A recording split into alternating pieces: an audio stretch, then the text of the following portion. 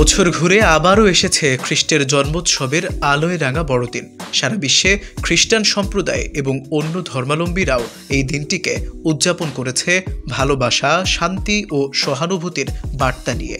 যীশু খ্রিস্টের জন্মদিন হিসেবে প্রতি বছর 25শে ডিসেম্বর পালন করা হয় বড়দিন বা ক্রিসমাস দিবস।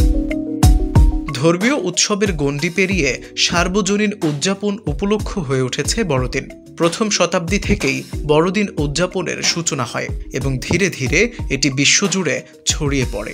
বিশ্বের প্রতিটি প্রান্তে গির্জাগুলোতে বিশেষ প্রার্থনা সভা আয়োজন করা হয়। নতুন বছরের জন্য প্রার্থনা এবং যিশুর বাণী নিয়ে হয় আলোচনা সভা।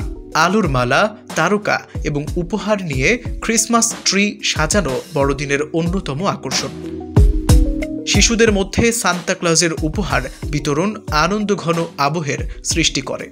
বড়দিনের ক্যারল গানের দল ঘরে ঘরে গিয়ে ছড়িয়ে দেয় যিশুর জন্মের বার্তা। করোনা পরবর্তীকালীন সময়ে অনেকেই ভার্চুয়ালি বড়দিন উদযাপন করতে স্বাচ্ছন্দ্য বোধ করেন। সামাজিক মাধ্যমে চলে বড়দিনের থিম নির্ভর ছবি ও ভিডিও শেয়ার করার ধুম। Roast turkey, fruit cake, cookie এবং হট চকোলেটের মতো খাবারগুলো বড়দিনের আনন্দের মাত্রা আরও বাড়িয়ে দেয়। অনেক জায়গায় দেশীয় খাবারকেও এই উৎসবের সাথে যুক্ত করা হয়।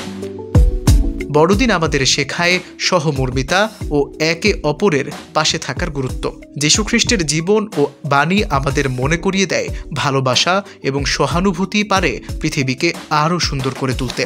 তাই আনন্দ আর ঐক্যের মিলন মেলায় হোক বড়দিনের উদযাপন।